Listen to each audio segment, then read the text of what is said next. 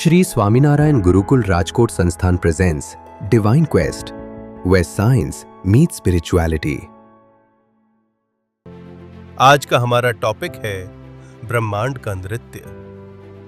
अपने मन में एक कल्पना करें कि सारा ब्रह्मांड जैसे एक भव्य नृत्य कर रहा है, लेकिन सवाल यह है कि इस नृत्य का संचालन कौन कर रहा है।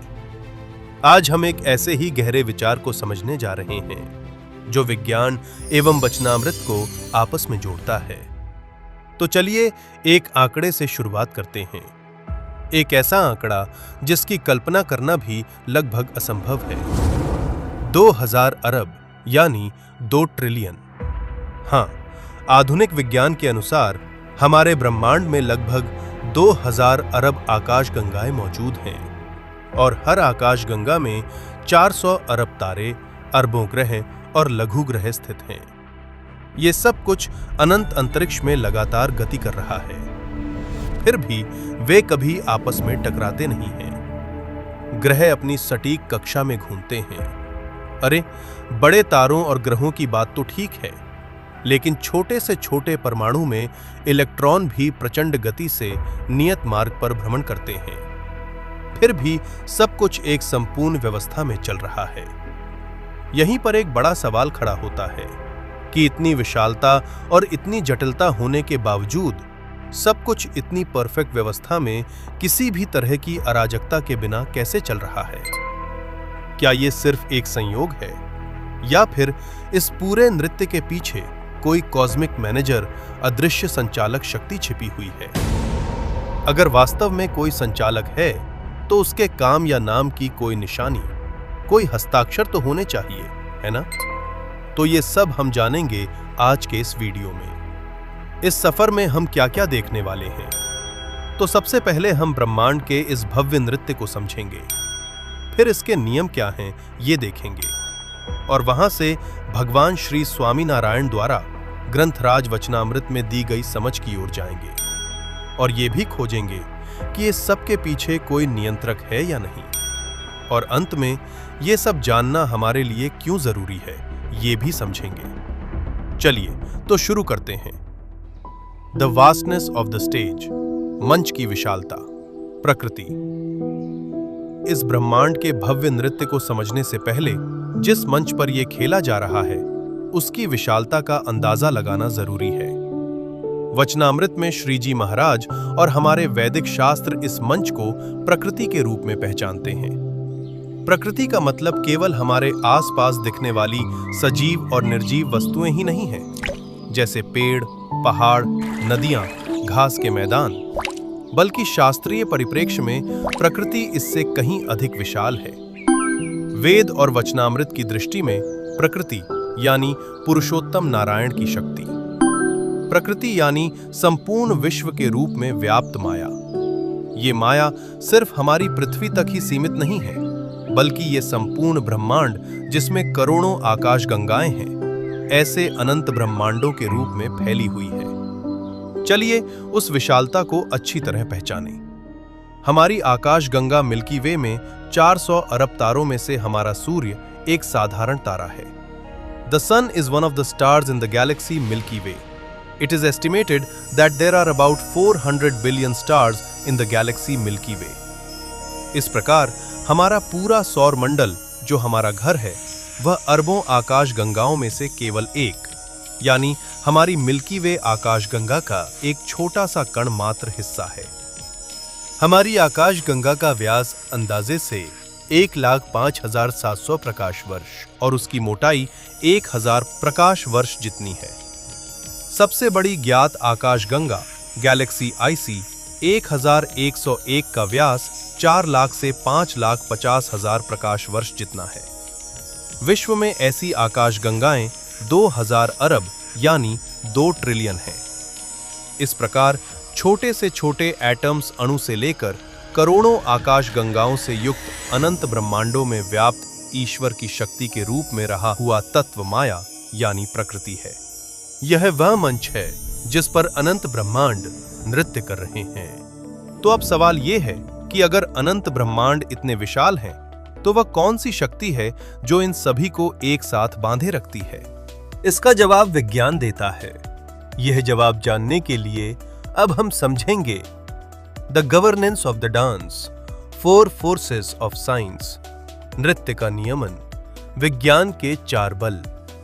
विज्ञान के अनुसार सृष्टि का नियमन करने वाले और कार्य करने वाले मुख्य द 4 फंडामेंटल फोर्सेस 4 बल हैं।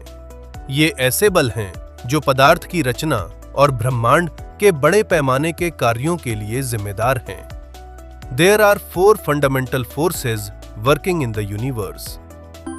1. Strong nuclear force, प्रबल नाभिकीय बल। न्यूक्लियसेस यानी परमाणु के केंद्र में प्रोटॉन और न्यूट्रॉन को एक साथ बांधकर रखने वाला सबसे शक्तिशाली बल। 2. वीक न्यूक्लियर फोर्स, दुर्बल नाभिकीय बल। परमाणु के रेडियोधर्मी क्षय, रेडियो एक्टिव डीके और नाभिकीय प्रक्रियाओं के लिए जिम्मेदार बल। 3. इलेक्ट्रोमैग्नेटिक फोर्स, विद्युत चुंबकीय बल। परमाणुओं को बांधे रखता है, रासायनिक प्रतिक्रियाओं, प्रकाश और बिजली के लिए जिम्मेदार बल। 4. ग्रेविटी फोर्स, गुरुत्वाकर्षण बल। ग्रहों, तारों और आकाशगंगाओं को उनकी कक्षा में बनाए रखने वाला सबसे कमजोर लेकिन विशाल दूरी तक कार्य करने वाला बल। सृष्टि का नियमन करने वाले और कार्य करने वाले इन 4 बल के साथ साथ जिनकी उपस्थिति ब्रह्मांड के विस्तरण और गति में अनुभव होती है, लेकिन इनके गुणधर्म और आयाम विज्ञान अभी पूरी तरह समझ नहीं पाया है। वैसी अदृश्य और अत्यंत बलवान शक्तियां का अस्तित्व भी मानना पड़ेगा। उसमें 1. डार्क एनर्जी, अदृश्य ऊर्जा। इसे ब्रह्मांड के तेजी से हो रहे विस्तार के पीछे का कारण माना जाता है। 2. डार्क मैटर, अदृश्य द्रव्य।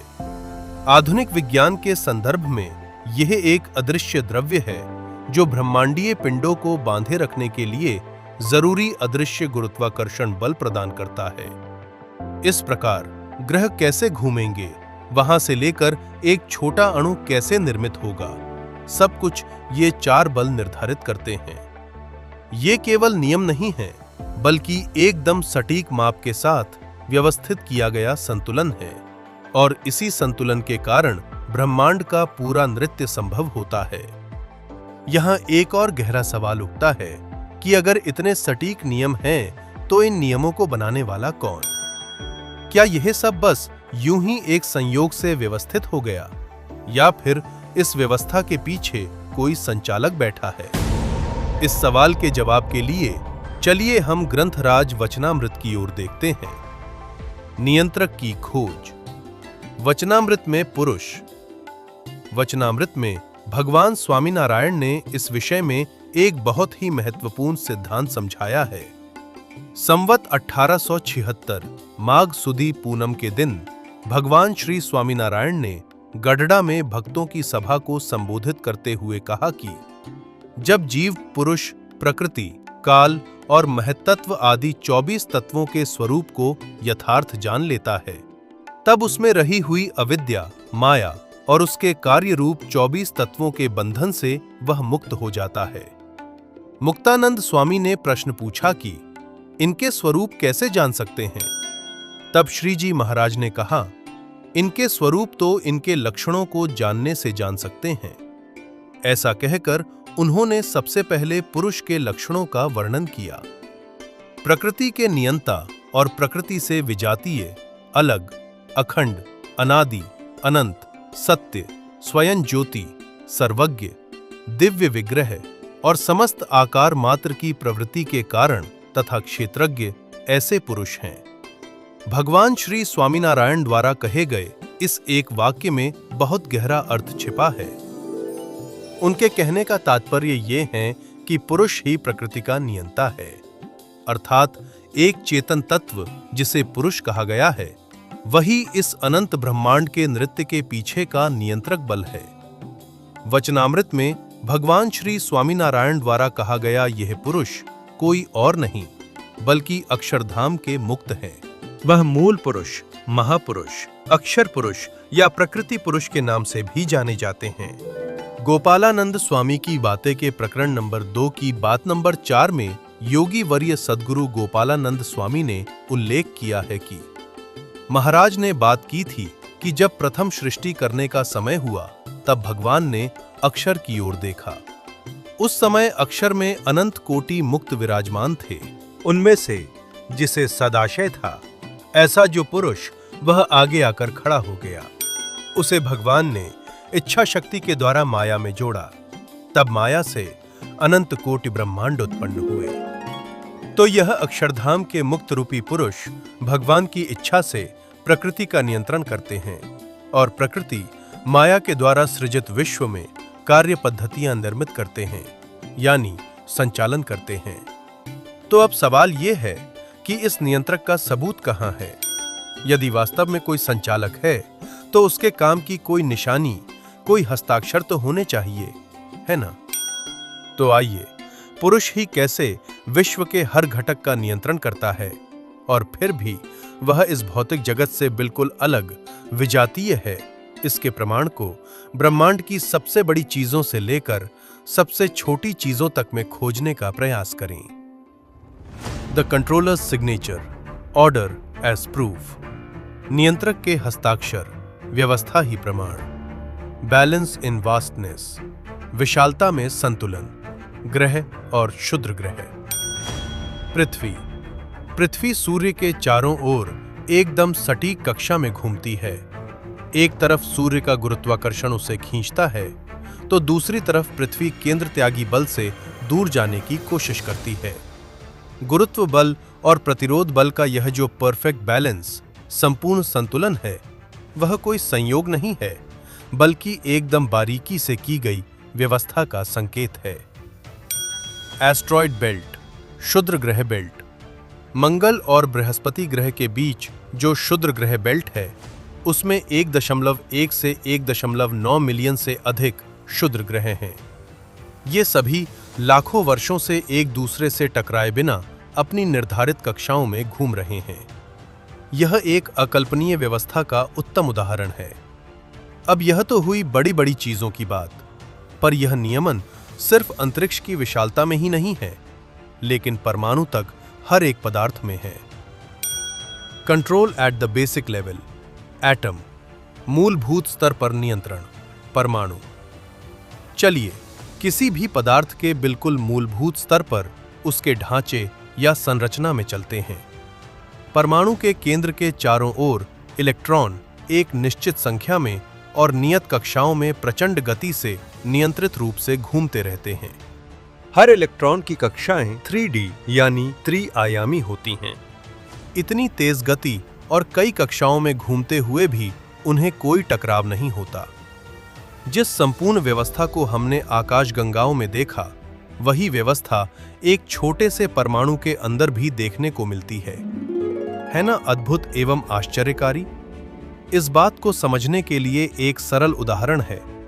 मान लीजिए कोई एक जिला है जहां सभी व्यवस्थाएं एकदम परफेक्ट हैं। कानून, स्वच्छता और कार्य प्रणाली सब कुछ व्यवस्थित है। हम तुरंत कहेंगे कि वाह, इस जिले के कलेक्टर बहुत होशियार है। भले ही हमने कलेक्टर से कभी मुलाकात न की हो, लेकिन सब कुछ परफेक्ट तरीके से चलता देखकर उनका अस्तित्व तो स्वीकार करना ही पड़ता है। बस इसी तरह ब्रह्मांड की यह दोष रहित व्यवस्था ही इसके संचालक का सबसे बड़ा प्रमाण है। अब हम पुरुष के दूसरे गुणधर्म पर आते हैं। पुरुष प्रकृति से विजातीय है। द ट्रांसेंडेंट कंट्रोलर, विजातीय नियंत्रक। सोचिए, हम गुरुत्वाकर्षण के प्रभाव यानी प्रकृति के कार्य को माप सकते हैं, ग्रहों को देख सकते हैं, अणुओं को भी देख सकते हैं, लेकिन जो चेतना स्वरूप पुरुष इन सभी नियमों को नियम में रखता है, उसे किसी भौतिक साधन से मापा नहीं जा सकता और न ही उसका अवलोकन किया जा सकता है। यदि नियंत्रक स्वयं ही नियंत्रित यानी जगत, प्रकृति जैसा हो, तो वह नियमन कैसे कर सकता है? यही दर्शाता है कि वह चेतन नियंत्रक इस भौतिक जगत से बिल्कुल अलग यानी विजातीय है। यदि प्रमाण के रूप में देखा जाए तो गढ़ड़ा मध्य के वचनामृत नंबर 31 से मालूम होता है कि सृष्टि की उत्पत्ति आदि क्रियाओं में जुड़े होने के बावजूद इस पुरुष को प्रकृति का बंधन नहीं है, बल्कि वे परब्रह्म के सुख से सुखी हैं। तो इस तरह पुरुष प्रकृति से विजातीय है। यह सब जानकर हमारा अहंकार पिघल जाता है और मोक्ष के मार्ग पर चलने का उत्साह बढ़ जाता है। इस प्रकार माया के सर्जन रूप इस विश्व का और इसके निर्माता पुरुष के कार्यों का दर्शन करके हमें पुरुषोत्तम नारायण का महात्म्य समझना चाहिए। The final lesson, path to moksha. अंतिम सीख, मोक्ष का मार्ग। वचनामृत में कहे अनुसार जब जीव जगत के कारण ऐसे जो पुरुष, प्रकृति, काल और महत तत्व आदि 24 तत्व हैं, उनके स्वरूप को जानता है, तभी उसे इन सब के नियंता पुरुषोत्तम नारायण का महात्म्य समझ में आता है और वह अपने में रही अविद्या स्वरूप माया और उसके कार्य रूप 24 तत्वों के बंधन से मुक्त होता है, मोक्ष को प्राप्त करता है। हमें भी मनुष्य जन्म सार्थक करने के लिए यही करना है। इसलिए विश्व के ऐसे गहन रहस्यों को एकदम सरलता से समझाकर मोक्ष का मार्ग बताने वाले स्वामी नारायण भगवान का यथार्थ महात्म्य समझकर स्वामी नारायण, स्वामी नारायण, स्वामी नारायण ऐसा भजन करना चाहिए। आभार सह सबको प्रणाम।